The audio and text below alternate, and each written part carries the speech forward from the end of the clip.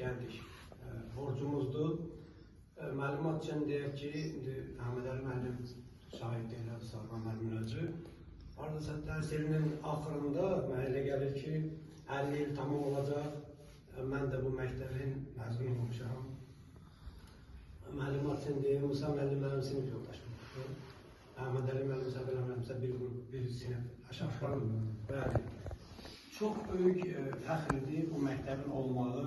Baxıram ki, müəllim heyətinə baxıram, maşallah potensial, yəni cavan uşaqlardır, potensiallar olan, güclü, hövsələləri məsələn üçün.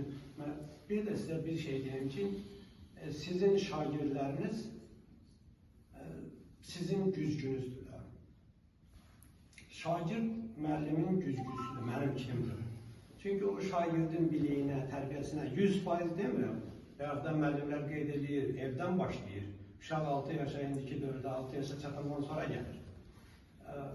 Orta hesabla bunu qiymətləndirəndə qıraqdan bir seyirci kimi baxanda, baxırsın, bilirsən ki, bunu hansı müəllim yetişdirir. Məsələn, mən çox danışdım, desəm, bağışlayın. Bircə dənə bizim uşağın biri desən, səhv eləmirəmsə, Əhməd Əli müəllim də oxuyur.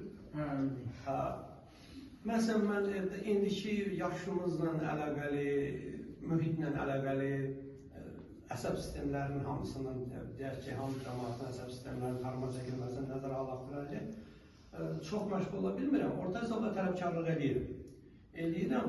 Bircə dənə, mən 3 ildir ki, uşağa vurma cədvəlini öyrədə bilmirəm.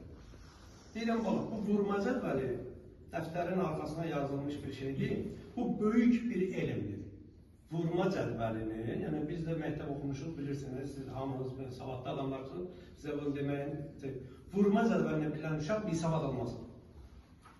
Uşaq, öyrənmişəm 5 dəfə, 6 dəfə, 7 dəfəyə qədər. Çövürsən aşağı, bu səfər 1-2 pillə aşağıdan sual verirsən, yenə çaşmış. Deməli, bunun fikri orada yoxdur. Fikri orada yoxdur, mən sizlə tamamilə barışıram, razıyam. Telefon məsələsinə bizdə də evdə söhbətlər gedir.